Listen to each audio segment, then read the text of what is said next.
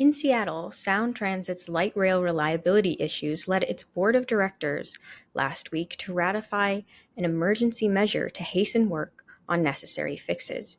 Joining me to tell us more about this is Washington reporter Spencer Pauly.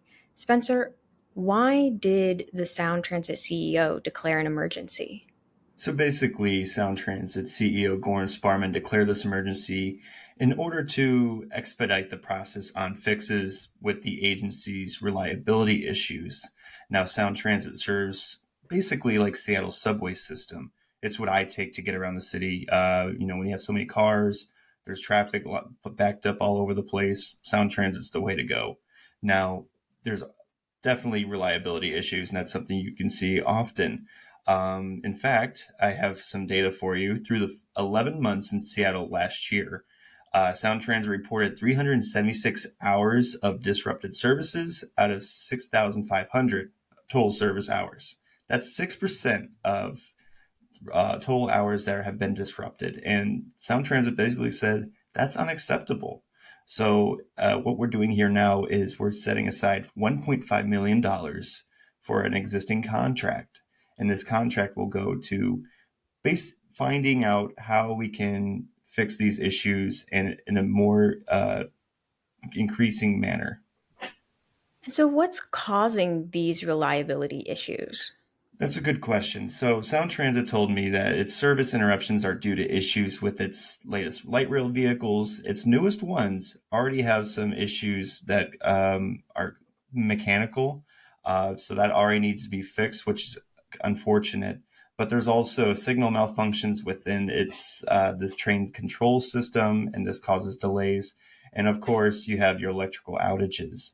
And all this together causes issues with Sound Transit. And I see it all when I travel. Sometimes the my train's delayed 10 minutes, and when you have to rely on a light rail system to get around to perhaps commute to work, people might find other options, and that's something I think why we're seeing the CEO Sparrman here trying to fix this in a more urgent manner. Because if you keep having these issues, if that 6% goes up to the 10% or say anything else, you're going to see more and more people use something else other than the light rail. And so they have an existing contract. Who is it with, and what are the details?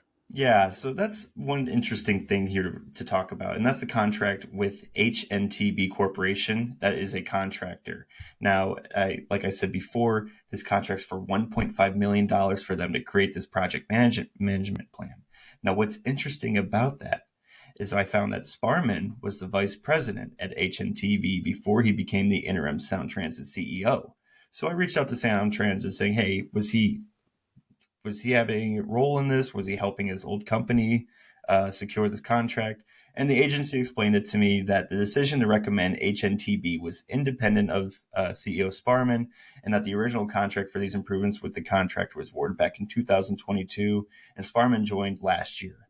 So it was just an interesting note. But once again, you see these connections with contractors and Sound Transit. But I think the media spokesperson told me, explained it well to me. Yeah, I'm sure there's a certain element of when you get into a certain world, you have some of the same people interacting with a lot of the different companies and organizations in that group. But Exactly, and you always want to just make sure, double check. So when you see that connection there, you raise some eyebrows, but it's always good to ask, and that's what we do as journalists. So we got the answers. is there anything else we should know about this story? Well, we're gonna have to see what these reliability issues persist after this. What are we going to see construction wise? Is this going to delay uh, Sound Transit's daily work? When people take it, are we going to have to see more cars being under construction? Is that going to halt services? But in the end, are we going to stop having these issues? And are we going to see Seattle, which is growing more and more every year, be able to have the reliable subway system so we can compete with other cities that have it, like New York City, of course, and you have Washington, D.C. and Chicago who have these all the time. Seattle, we're branching out with Sound Transit. We have it in Seattle a little bit here, but it is going up north to Linwood, or it's going east to the cities of Bellevue, where we're having a lot of tech industry there as well. So the Amazon Meta workers can take light rail. But like I said, you need to make sure that we can rely on this service. And so that's what we'll have to see in the future.